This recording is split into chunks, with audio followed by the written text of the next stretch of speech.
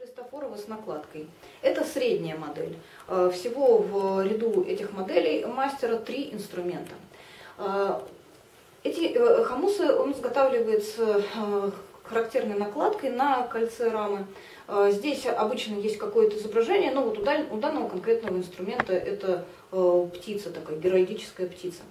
Хомус изготавливается ковкой, чаще всего настраивается, и обычно мастер ставит ноту.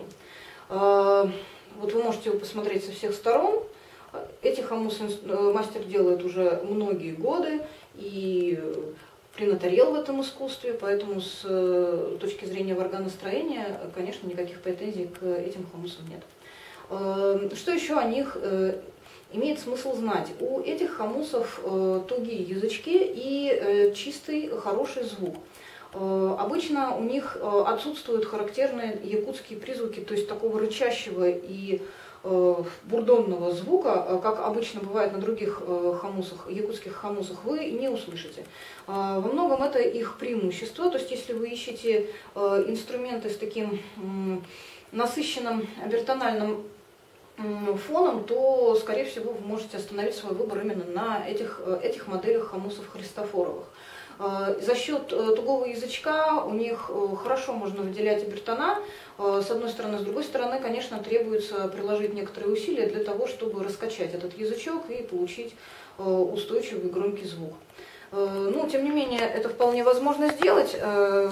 Единственное, я бы, наверное, рекомендовала играть на этих хомусах либо традиционным якутским боем, либо кистевым боем. Опять же, это можно делать в обе стороны. Кто любит двусторонний бой, вполне сможет освоиться и на этом инструменте в том числе. Но сейчас я покажу, как это звучит.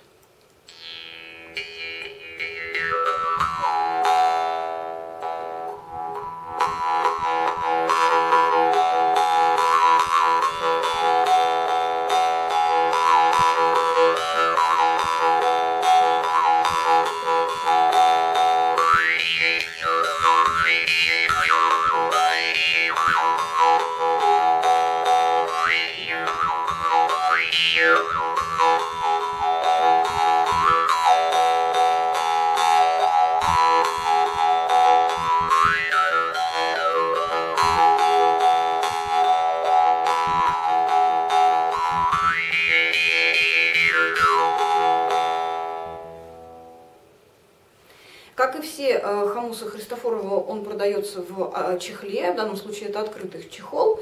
Инструмент вставляется туда вот таким вот образом. Защищается язычок, можно затянуть шнурок и носить его на шее.